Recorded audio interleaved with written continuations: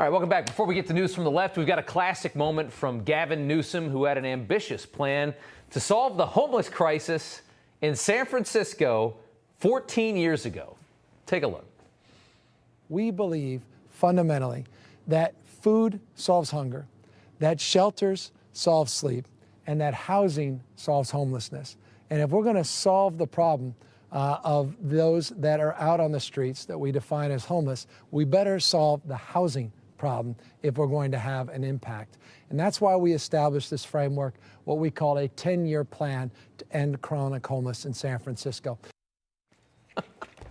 If there's any better promotion for why government is terrible and doesn't work, that's it. Let's fast forward to today. That was a 10-year plan, right? Well, 14 years later, here's San Francisco, the wasteland, filthy, terrible, unsafe, drugs, feces. Just one of many streets. That's San Francisco, the city by the bay. Look at it. I mean, it's collapsed. And we can thank Newsom's policies for this. The cost of living outrageous in California. Average cost of a home in San Francisco, $1.3 million. You're paying $1.3 million to live in a dumpster fire. An American psycho wants to be the next president so he can stand up there with his pretty hair and blatantly lie and virtue signal while the entire country collapses, just like his state is. Vote Newsom.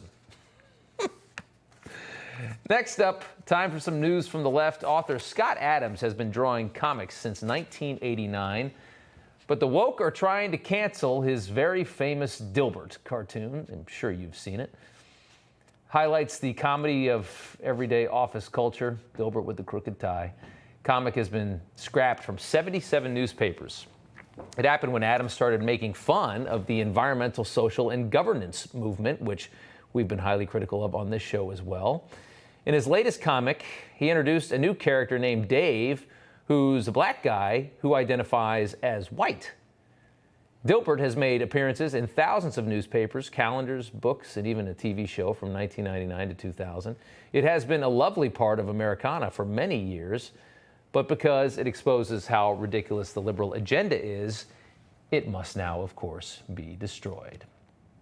Moving on, Fauci Exposed. According to a new book by former White House spokesman Brian Morgenstern, Fauci went on to laugh about how, quote, ass backwards it was that people entered a restaurant wearing a mask, then sat down and conversed with people without a mask. Yet he wasn't saying things to that effect publicly, just laughing privately at the American rubes that he was fooling. The book goes on to detail other ridiculous ideas that Fauci had up his sleeve, like a goggle mandate. Morgenstern says Fauci didn't believe in most of the ideas he pushed on the American people, and he thought many of them were comical. Oh, good.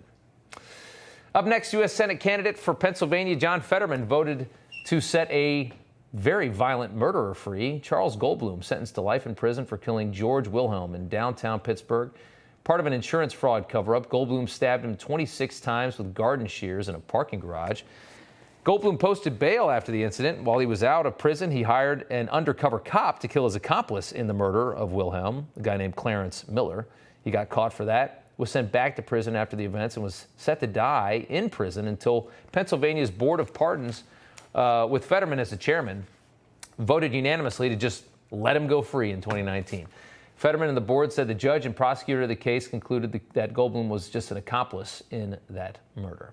Moving on, in New York City, 25-year-old Justin Washington was accused of raping his teenage relative, and he got such a sweet deal he was able to commit a whole bunch of other crimes from Alvin Bragg. He had an agreement from the far-left Manhattan DA. He would plead to a coercion charge, serve 30 days in jail, along with 5 years probation. A week before he was due for sentencing, Washington attacked 4 women and 1 man. A man who rapes an innocent teenage girl he's related to is set loose to sexually attack 5 more people, allegedly. And that's basically how it goes down here in the great state of New York with Alvin Bragg at the helm here in Manhattan.